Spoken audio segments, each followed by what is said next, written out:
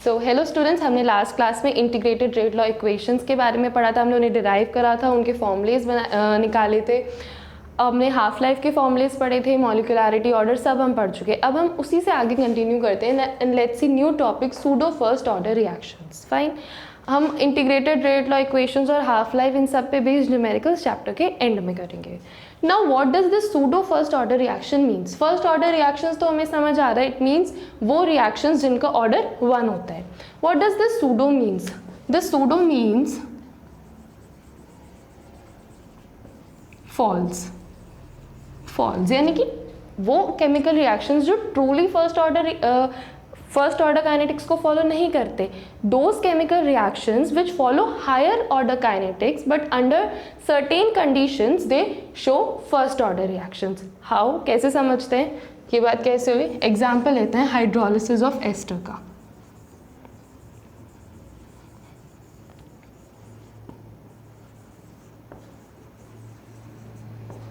Hydrolysis of ester का example लेते हैं। हम अपने पहले प्रीवियस क्लासेस से हमें पता है कि हम किसी भी एस्टर की हाइड्रोलिसिस करवाते हैं तो हमें कॉरेस्पॉन्डिंग एसिड और एल्कोहल मिलता है। Let's see with the reaction. हमने एक एस्टर लिया, इथाइल इथेनोइड हमने एस्टर लिया, उसकी हाइड्रोलिसिस करवाएंगे in presence of water and in presence of acid. We will get corresponding acid and alcohol.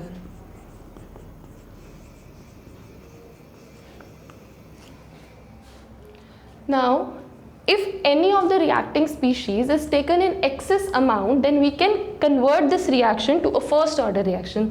See, अगर मैं water के amount को excess amount में ले लूँ, water को excess amount में कैसे? एग्जाम्पल से समझते हैं। सपोज इनिशियली टाइम में यानी कि t is equal to 0 time में मैंने अपने एस्टर का अमाउंट लिया है 0.1 मोल। फाइन, वाटर मैंने ले लिया 10 mole, so we have taken it in excess. अगर हम एस्टर के कंपैरिजन में देखें तो बहुत एक्सेस में लिया है हमने वाटर। फाइन, इनिशियली तो प्रोडक्ट हमारा बनेगा ही नहीं।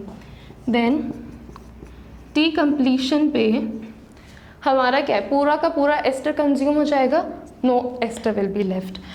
अब स्टोइशियोमेट्रिक अमाउंट से देखें तो जितना हमारा एस्टर यूज हुआ है उतना ही वाटर के मॉलिक्यूल्स यूज होंगे, mean 0.1 have been consumed, so remaining कितने बचे? 9.9 मोल्स आर लेफ्ट। फाइन, कितना एसिड और कितना एल्कोहल बनेगा? 0.1 मोल।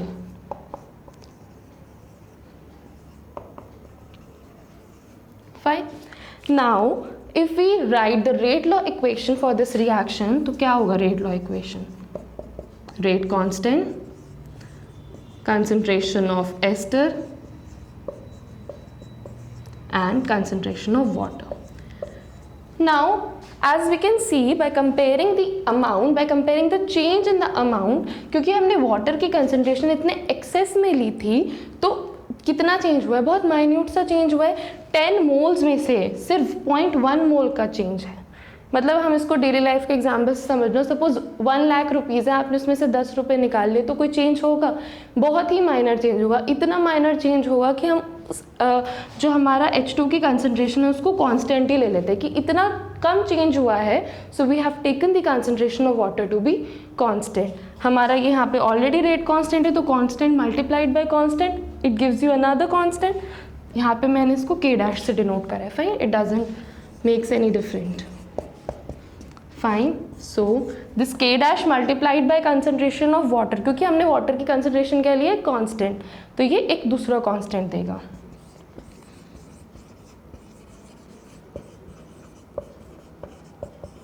फाइन, सो अब हम देखो रेट लॉ एक्सप्रेशन से ये था तो हायर ऑर्डर काइनेटिक्स फॉलो करने वाला केमिकल रिएक्शन, बट एक ऐसी कंडीशन में, विच कंडीशन? जब हमने वाटर का अमाउंट एक्सेस में लिया, ये किस में कन्वर्ट हो गया? फर्स्ट ऑर्डर रिएक्शन में।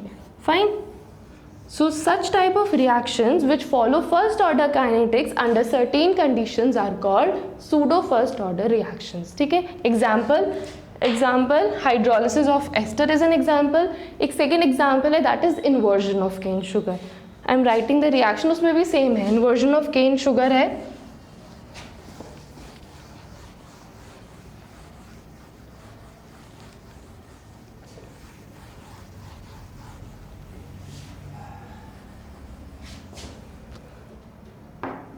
Second example is inversion of cane sugar.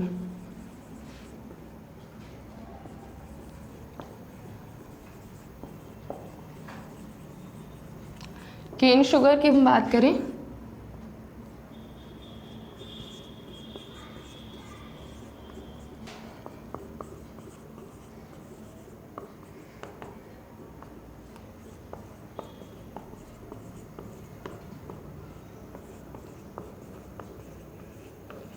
सो हमने केन शुगर ली मीन्स सुक्रोज, उसकी हमने इन्वर्जन ऑफ केन शुगर यानी कि जब हम वाटर और एसिड के प्रेजेंस में उसको कन्वर्ट करेंगे तो वो किस में फॉर्म हो जाएगा. ये दोनों सेम नहीं है, they are different. One is glucose, the other is fructose. सिर्फ मॉलिक्यूलर फॉर्मूला सेम है, स्ट्रक्चर डिफरेंट है. फाइन.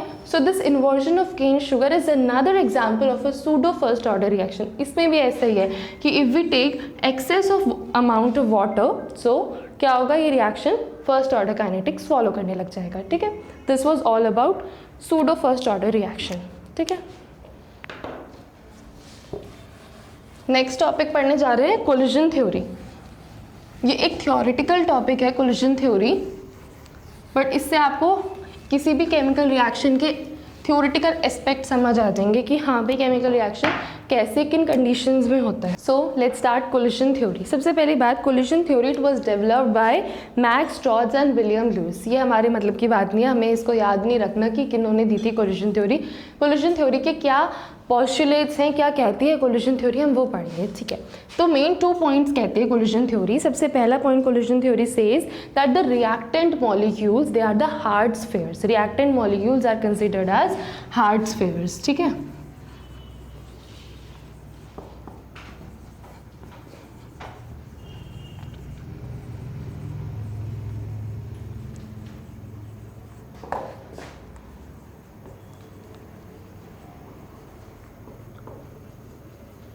तो पहला पॉइंट क्या कहती है collision theory, that the reactant molecules are considered as hard spheres. Second point collision theory का इंपॉर्टेंट है. Collision theory says that a reaction occurs when the reacting species they collide simultaneously with each other. Fine. यहाँ पे एक और word मैं बोल रही हूँ, when the reacting species they effectively collide with each other, then only a reaction is possible. एक बार लिखते हैं फिर मैं समझाती हूँ.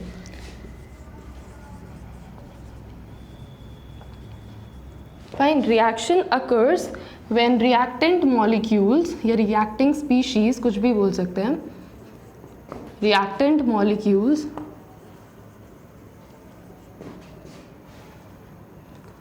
collide effectively. अब इफेक्टिवली यहाँ पे चलो ठीक है, पूरा सेंटेंस हमें समझ आ रहा था दैट द रिएक्शन कब अकर करेगा, जब आपके रिएक्टिंग मॉलिक्यूल्स आपस में कोलाइड करेंगे. What does this word effectively means?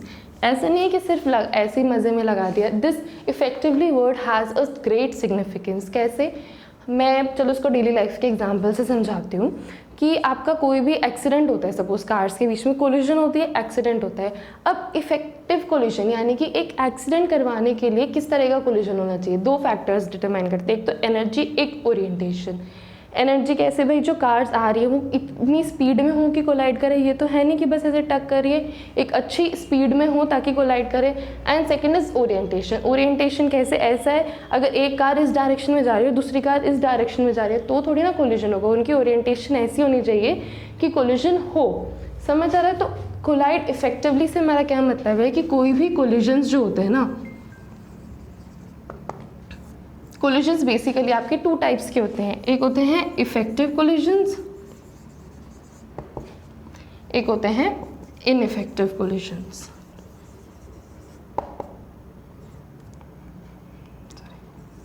Ineffective collisions, जो आपके इनइफेक्टिव कोलिजन्स होते हैं they do not result in the product formation.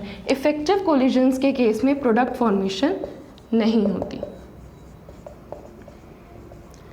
Product formation नहीं होगी इनइफेक्टिव कोलिजन के केस में. बट अगर हमारे कोलिजन्स इफेक्टिव हैं, so only and only effective collisions they lead to product formation. सिर्फ उन्हीं के केस में प्रोडक्ट फॉर्मेशन होगा, यानी कि उन्हीं के केस में एक रिएक्शन अकर करेगा. जब प्रोडक्टिव फॉर्म नहीं होगा तो रिएक्शन भी नहीं टेक प्लेस करेगा. नाउ व्हाट इफेक्टिव कोलिजन से मैं वैसे आपको डेली लाइफ एग्जाम्पल से तो बता दिया कार के कोलिजन, अगर हम केमिस्ट्री के टर्म्स में देखें तो इफेक्टिव कोलिजन जो होता है it is marked by 2 barriers, energy barrier and orientation barrier. अभी देखते हैं कैसे।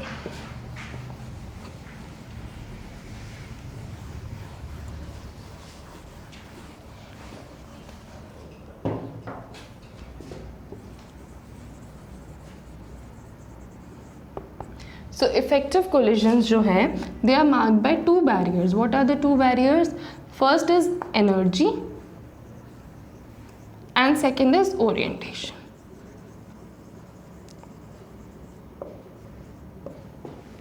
एनर्जी बैरियर कैसे? एनर्जी बैरियर ऐसे कि सिर्फ एक only a fraction of molecules which have a minimum energy, which have a minimum energy, they only collide and they only result in the product formation. समझ आया? हम इसको ना ग्राफ के टर्म से समझाते हूँ मैं आपको।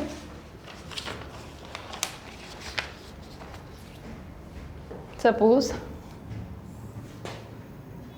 यहाँ पे आपका फ्रैक्शन ऑफ मॉलिक्यूल्स है,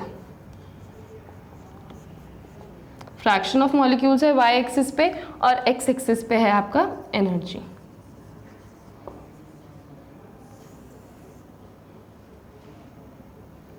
So they are saying कि only a fraction of molecules which have a energy that is greater than or equal to a minimum energy level. Suppose ये एक minimum energy level है this, इसको मैं denote करती हूँ E naught से।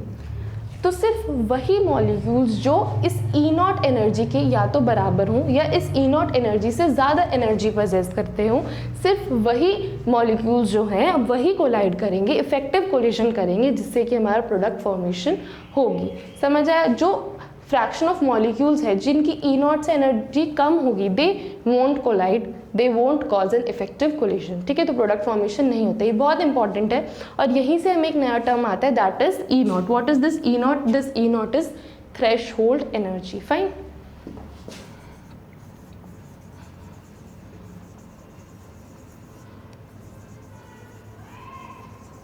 Threshold energy. So what is the definition of threshold energy? It is the minimum energy that is required by the molecules to cause an effective collision. ठीक है, हम effective collision के barriers ही देख रहे थे।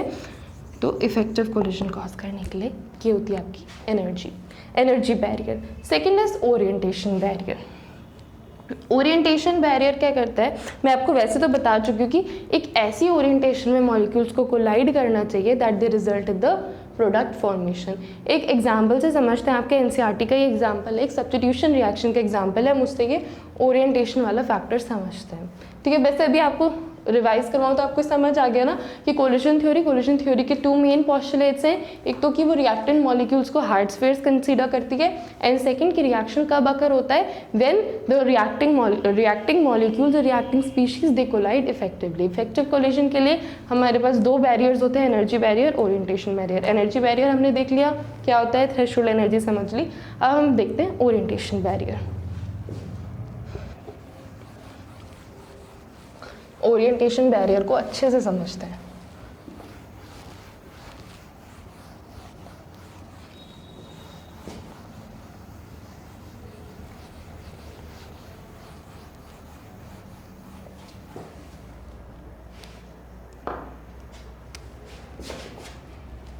एक example से कंसिडर करते हैं सब्स्टिट्यूशन रिएक्शंस का। जब हम एल्काइल हैलाइड से अल्कोहल्स बनाते हैं उसका एग्जाम्पल कंसिडर करते हैं। ये हमारा एल्काइल हैलाइड है, हमने इसमें OH- का अटैक करवाना है अल्कोहल बनाने के लिए और ये आपका हैलाइड एज इट इज़ निकल जाएगा। अब इस रिएक्शन के ना 2 एस्पेक्ट्स होते हैं। कैसे?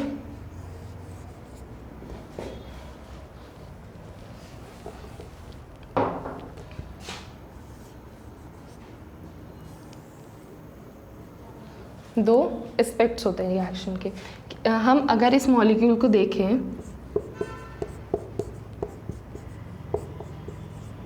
अब कार्बन और ब्रोमीन की इलेक्ट्रोनेगेटिविटी की डिफरेंस की वजह से हमारे पास यहाँ पे पार्शियल पॉजिटिव चार्ज डेवलप होता है, यहाँ पे पार्शियल नेगेटिव चार्ज डेवलप होता है।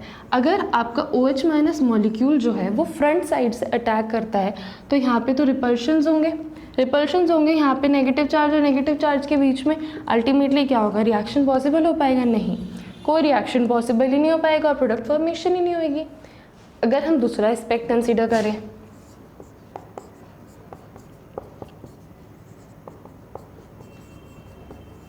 अगर हमारा OH माइनस है वो बिहाइंड से अटैक करे, यहाँ से अटैक करे, तो यहाँ से तो वो अटैक कर पाएगा, यहाँ नेगेटिव है, यहाँ पॉजिटिव चार्ज है, अट्रैक्शन ही होगा, अल्टीमेटली आपकी प्रोडक्ट फॉर्मेशन हो जाएगी और ये Br माइनस जो है अपने इलेक्ट्रॉन्स को लेके चलता बनेगा। फाइन, तो अभी हमने ये ओरिएंटेशन वाला फैक्टर देख लिया कितना इंपॉर्टेंट है। अगर आपकी प्रॉपर ओरिएंटेशन होगी तभी प्रॉपरली प्रोडक्ट्स फॉर्म होंगे, रिएक्शन फैसिलिटेट करेगा।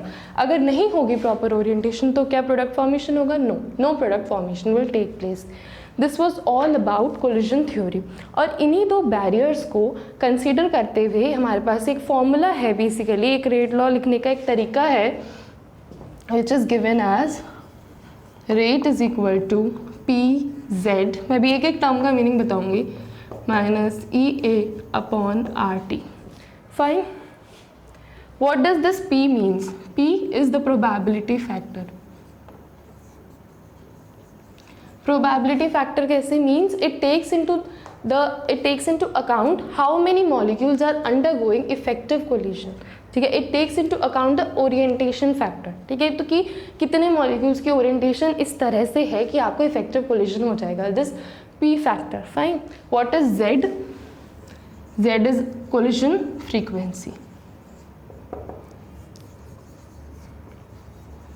Collision frequency means number of molecules colliding in unit time is given by this Z, and this EA is activation energy. अभी हम डिटेल में पढ़ेंगे एक्टिवेशन एनर्जी क्या होती है, टेंशन की बात नहीं है।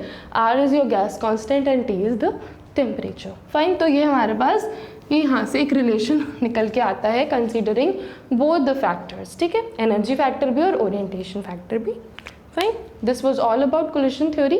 अब हम पढ़ेंगे एक्टिवेशन एनर्जी के बारे में। तो अब हम नए टॉपिक के बारे में पढ़ने जा रहे हैं, दैट इज़ एक्टिवेशन एनर्जी। इसको अगर हम डेली लाइफ के एग्जाम्पल से समझें, अगर हमें मैगी बनानी होती है तो हम अब पैन में वाटर लेते हैं, मैगी डाल देते हैं, मैगी मसाला डाल देते हैं, बट मैगी बन जाती है क्या? नहीं, हमें एक certain amount of heat, certain amount of energy देनी पड़ती है। हम उसको गैस पे रखते हैं, गैस स्टोव ऑन करते हैं। ठीक है, तो हमारे पास इससे हमें समझ आ रहा है कि सिर्फ ऐसे ही सिमिलर केस है रिएक्शंस के साथ। ऐसा नहीं है कि बस ऐसे दो स्पीशीज़ ऐसे डाल दी और हमारा रिएक्शन हो जाएगा, नहीं, हमें उसमें भी एक प्रॉपर एनर्जी देनी पड़ती है। ठीक है, ये मैं आपको, this is not activation energy, activation energy कुछ और होती है। अभी इसको हम ग्राफिकली समझते हैं। ठीक है, ग्राफिकली में ना दो टर्म्स में, दो एस्पेक्ट्स में बताऊंगी मैं, दो तरह के रिएक्शंस के लिए, endothermic reactions and exothermic reactions. Fine,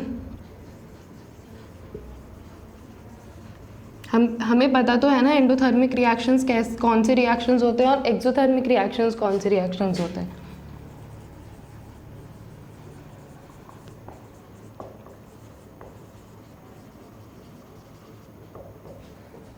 endothermic and exothermic reactions. Now हम पढ़ चुके हैं पहले what are endothermic reactions. Endothermic reactions वो रिएक्शंस होते हैं जो एनर्जी रिक्वायर करते हैं टू टेक प्लेस। ठीक है, यानी कि डेल्टा H की वैल्यू क्या है? पॉजिटिव होती है। डेल्टा H हम पहले पढ़ चुके हैं थर्मोडायनामिक्स में। What is delta H? Enthalpy of products minus enthalpy of reactants. ठीक है, यानी कि जो आपकी एनर्जी है प्रोडक्ट्स की ज़्यादा होगी रिएक्टेंट से, मतलब तो यही हुआ ना, तभी तो ये वैल्यू पॉजिटिव हुई। ये होते हैं एंडोथर्मिक रिएक्शंस। अब हम ग्राफिकली देखते हैं एंडोथर्मिक रिएक्शंस का क्या हिसाब होता है। मैंने ये ग्राफ बनाया जिसमें मैंने y एक्सिस में क्या लिया है, मैंने y एक्सिस पे लिया है आपका energy,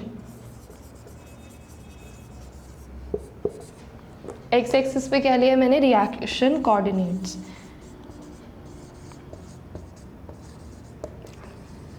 reaction coordinate means progress of reactions की कितनी एनर्जी के साथ रिएक्शन कैसे प्रोग्रेस करता है, this is reaction coordinate. Fine, so energy और ये यहाँ पे।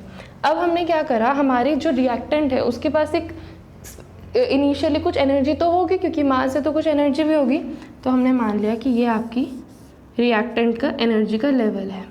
फाइन, इसको हम बोलते हैं ER। यानी कि energy, initial energy that is possessed by reactants, this is ER। Fine. So अब क्या है, हमें किसी भी रिएक्शन को टेक प्लेस करवाने के लिए इतनी एनर्जी यानी कि इतना बैरियर आपको क्रॉस करना पड़ेगा, तभी आपका जो है आपके प्रोडक्ट्स फॉर्मेशन होगी। ठीक है, अब देखो कैसे करते हैं। हमने उसको एनर्जी प्रोवाइड करी, जैसे मैगी के केस में क्या कर रहे हैं, हम गैस पे रख के जला रहे हैं तो उस तरह से एनर्जी प्रोवाइड कर रहे हैं, ऐसी यहाँ पे एनर्जी प्रोवाइड कर रहे हैं। एनर्जी प्रोवाइड करी ये यहाँ तक हमारी गई। ठीक है, ये वाला जो बैरियर है ना, यह क्या होता है आपका कि इतनी मिनिमम अमाउंट ऑफ एनर्जी होनी ही होनी है अगर रिएक्शन को आपको करवाना है। ठीक है, तो इतनी अमाउंट ऑफ एनर्जी हमने दी। अब क्या है, अब यहाँ पे पहुँच गया, अब रिएक्शन होगा, कुछ वो एनर्जी रिलीज़ करेगा। ठीक है, हम एंडोथर्मिक रिएक्शन की बात कर रहे हैं, तो एंडोथर्मिक में ये पॉजिटिव होती है, एंथैल्पी ऑफ प्रोडक्ट ज़्यादा होगी यानी कि एनर्जी इनकी ज़्यादा होगी, तो ये यहाँ पर आ गया सपोज। ठीक है, this is EP, this portion. Fine. So this is EP यानी कि एनर्जी ऑफ प्रोडक्ट्स। सो आपको ये समझ आ गया कि एंडोथर्मिक रिएक्शन होता है। फाइन, एंडोथर्मिक रिएक्शन क्यों, क्योंकि यहाँ पे एनर्जी ऑफ प्रोडक्ट जो है एनर्जी ऑफ रिएक्टेंट से ज़्यादा है। अब ये वाला डिस्टेंस है यानी कि the minimum amount of energy that is required for a reaction to take place, this energy या ये डिस्टेंस को हम बोलते हैं E0। याद करो, हमने पढ़ा था E0 एनर्जी बैरियर में। What is E0? This is the threshold energy. Threshold energy हमें पता है, what is threshold energy? Minimum energy that is required for a reaction to take place. तो ये आपकी E0 हो गई। अब हमें सारी एनर्जी की तो रिक्वायरमेंट नहीं थी, कुछ तो एनर्जी थी ना हमारे रिएक्टेंट के पास। सो ये जो बैलेंस है यानी कि E0 में से जो हमारी ER माइनस हुई है, this particular balance is your activation energy. This is your activation energy. ठीक है, तो what is activation energy? It is defined as the minimum energy that the reactant molecules must acquire. I am not saying that must be required to facilitate the reaction, no. Activation energy is the minimum amount of energy that the reactant must acquire to facilitate a chemical reaction. Fine, this was about activation energy. ये difference होता है। कई bar graph दे देंगे, बोलेंगे find activation energy, तो ये पूरी नहीं है एक्टिवेशन एनर्जी, सिर्फ इतनी है एक्टिवेशन एनर्जी, पूरी क्या है? E0 है आपकी। फाइन। अब ऐसे एक्सोथर्मिक रिएक्शन के केस में देखते हैं। सो एक्सोथर्मिक रिएक्शन की बात करें तो एक्सोथर्मिक रिएक्शन में डेल्टा H जो है आपका वो होगा नेगेटिव। ठीक है, नेगेटिव यानी कि डेल्टा H का तो फॉर्मूला ये होता है, नेगेटिव है यानी कि एंथैल्पी ऑफ प्रोडक्ट क्या है? Less than enthalpy of reactant है। ठीक है, ग्राफ समझते हैं। वैसे ही ग्राफ बनाना है जो हमने एंडोथर्मिक के केस में बनाया था। यहाँ पे एनर्जी लेनी है, यहाँ पे आपका रिएक्शन कोऑर्डिनेट।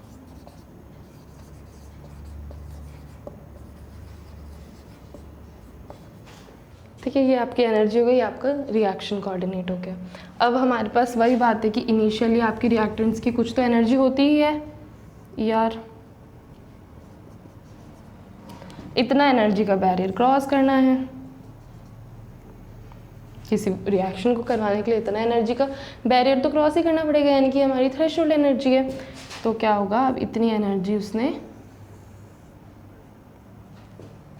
ज़रूरत है, इतनी एनर्जी की। फाइन, अब ये यहाँ पे हमारा इतना हो गया, कुछ एनर्जी रिलीज़ करेगा, एनर्जी यहाँ से रिलीज़ करने लग गया। अब क्योंकि एनर्जी ऑफ प्रोडक्ट जो है वो लेस देन है एनर्जी ऑफ रिएक्टेंट्स की, तो मैं थोड़ा नीचे दिखा सकती हूँ इसको, this is the energy of products. ठीक है, सिंपल बात। And this portion is your threshold energy. और ये वाला जो आपका डिफरेंस है, मैं फिर से बोल देती हूँ, ये आपकी है थ्रेशोल्ड एनर्जी, और जो ये वाला डिफरेंस है, जो आपका ये वाला डिफरेंस है, what is this difference? This is your activation energy. Right, so फिर से वही definition, what is activation energy? It is the minimum amount of energy that the reactant molecules must acquire so that their energy becomes equal to threshold energy, ये भी लिख सकते हैं, और to facilitate a chemical reaction. ठीक है, ये definition है एक्टिवेशन एनर्जी की। डेफिनेशन बहुत अच्छे से क्लियर होनी चाहिए। दोनों ग्राफ से देख लिया, एंडोथर्मिक से भी, एक्सोथर्मिक से अब एक पता है क्या है, एक्टिवेशन एनर्जी की ना आपकी एक दूसरी डेफिनेशन भी है, वो हम दूसरे कंसेप्ट से समझेंगे, जैसे एक एक्टिवेटेड कॉम्प्लेक्स के कंसेप्ट से। तो एक रिएक्शन का एग्जांपल लेते हैं, उससे समझेंगे। फाइन, ये दोनों ग्राफ्स क्लियर हो गए, एंडोथर्मिक का कैसे, एक्सोथर्मिक का कैसे। फाइन, अब क्योंकि हमें एक्टिवेशन एनर्जी का एक और एस्पेक्ट समझना है, एक और डेफिनेशन समझनी है, उसके लिए हम एक रिएक्शन से समझते हैं। दूसरा कंसेप्ट समझने के लिए हमें एक एग्जांपल लेना है। H2 molecules reacting with I2 molecules gives 2 HI molecules. ठीक है, it gives 2 HI molecules. अब ये आपका H2 है, ये आपका L2। मैं ज़रा इसको ऐसे समझ रही हूँ। हमें H मॉलिक्यूल को ऐसे रिप्रेजेंट कर सकते हैं, I मॉलिक्यूल को ऐसे रिप्रेजेंट कर सकते हैं। ठीक है, H2 हो गया, I2 हो गया। अब क्या है, एक ना ये एक्टिवेटेड कॉम्प्लेक्स बनाते हैं। एक्टिवेटेड कॉम्प्लेक्स यानी कि एक इंटरमीडिएट स्टेज से पास होता है प्रोडक्ट बनाने से पहले। क्या है वो इंटरमीडिएट स्टेट, दिखते हैं।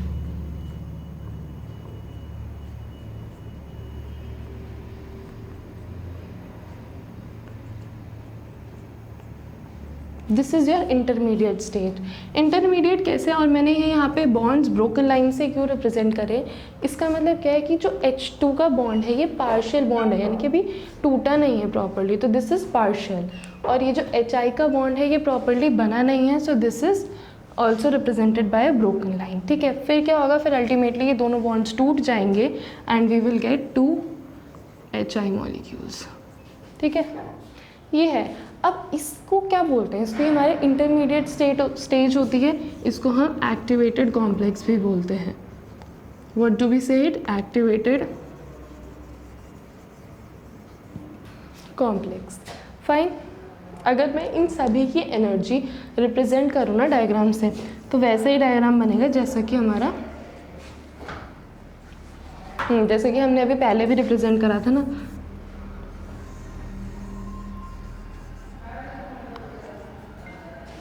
ये वाला जो आपका है वही वाली बात है, यहाँ पे एनर्जी है, यहाँ पे आपका रिएक्शन कोऑर्डिनेट है। तो ये क्या है, energy of H2 and I2 molecules. Fine, अभी पढ़ेंगे। ये जो आपका ये आपकी एनर्जी है HI मॉलिक्यूल्स की एनर्जी। और जो ये वाले स्टेज है ना, this is the energy of activated complex. Activated complex की एनर्जी, इसकी एनर्जी कॉरिस्पॉन्ड है ये वाला पॉइंट। ठीक है, और हमें पता है कि ये क्या है आपका एक्टिवेशन एनर्जी।